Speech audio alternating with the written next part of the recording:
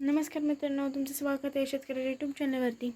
तर आज व्हिडिओ करण्याचं खास कारण म्हणजे मम्मी करत आहे भाजी. ती कशाची करत आहे ते तुम्हाला पुढे बघायला मिळेलच. चला आपण पाहूयात.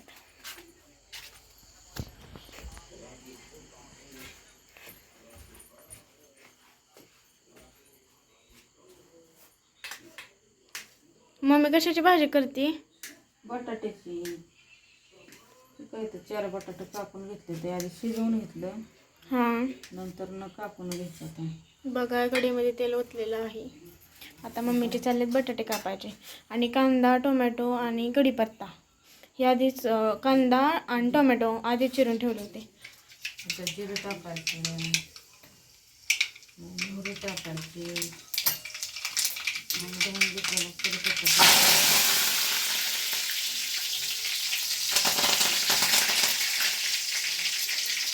कांदा टाकायचा, टोमॅटो,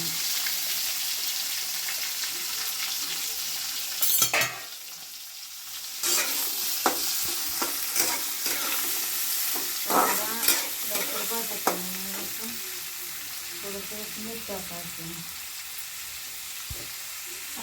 मीठ टाकताना जास्त मीठ टाकायचं, म्हणजे काय होतं, परत मिठाची गरज लागत नाही. बटाटा कापून झालाय, आता कांदा बी भाजायचा. कांदा भाजल्यानंतर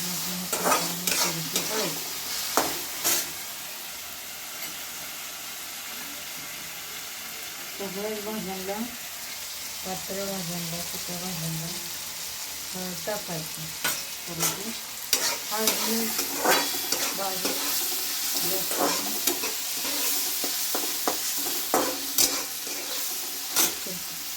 डाळ भाजून झाल्यावर टाकायचं बटाटा.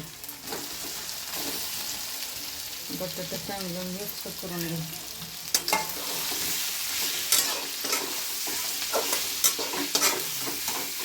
मिक्स करून घेतलं, त्याच्यामध्ये झाकून ठेवायचं 10 ते 15 मिनिट.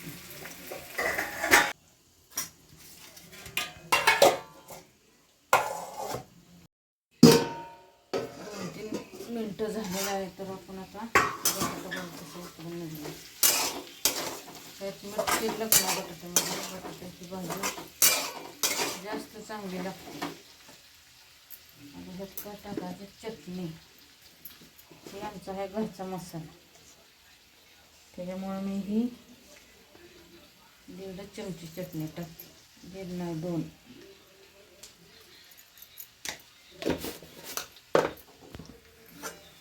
टाकल्यानंतर मी सगळं मिक्स करून घेतलं.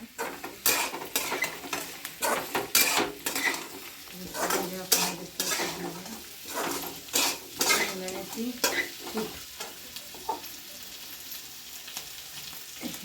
कूट भाजून घेऊन शेंगदाण्याचा कूट केला खलबत्त्यात.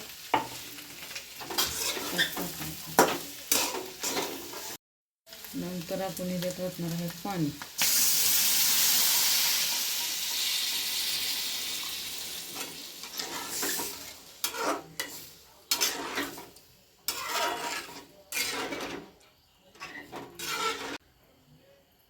आता चालले ते पुऱ्या तळायचे. पुऱ्या तळायचे चाललेत, पण ही मैद्याच्या पुऱ्या नाहीत. ह्या आहेत त्या गव्हाच्या पिठाच्या. आम्ही जास्त करून मैदा खात नाही, आणि फक्त गव्हाच्या पिठाच्या पुऱ्या करून खातो.